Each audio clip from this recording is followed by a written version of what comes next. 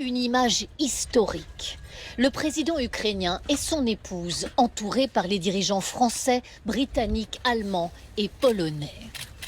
Sur cette place de l'indépendance de Kiev, l'Europe vient lancer un ultimatum à Vladimir Poutine. Démonstration d'unité occidentale dans les rues de la capitale ukrainienne. Ses leaders demandent aux dirigeants russes d'accepter à partir de lundi un cessez-le-feu de 30 jours sans condition. Et le président américain se joint à la demande. Les 5 dirigeants ont parlé cet après-midi par téléphone avec Donald Trump. Qu'a dit Donald Trump lors de votre conversation tout à l'heure?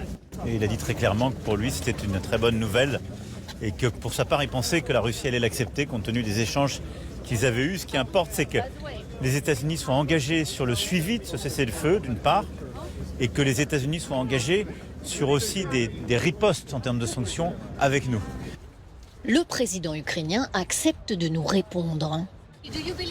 Pensez-vous que Vladimir Poutine puisse dire oui à ce cessez-le-feu? Nous faisons de notre mieux dans l'unité. C'est une première étape très importante pour finir cette guerre et c'est un cessez-le-feu inconditionnel. Petite foule de civils ukrainiens sur le passage des leaders. Après 3 ans de guerre, certains veulent croire à une paix prochaine. On est content de les voir. On espère qu'ils vont nous aider à obtenir un cessez-le-feu. Il faut y croire. Diplomatie mais aussi communication.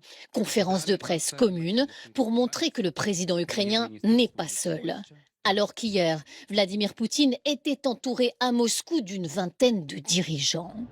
Très calculé aussi, ces images montrant les Européens grimpant dans un train de nuit à la frontière entre la Pologne et l'Ukraine. Pas d'avion possible pour Kiev. Tenue décontractée, ambiance colonie de vacances entre les leaders français, allemands et britanniques, même si le sujet est très grave.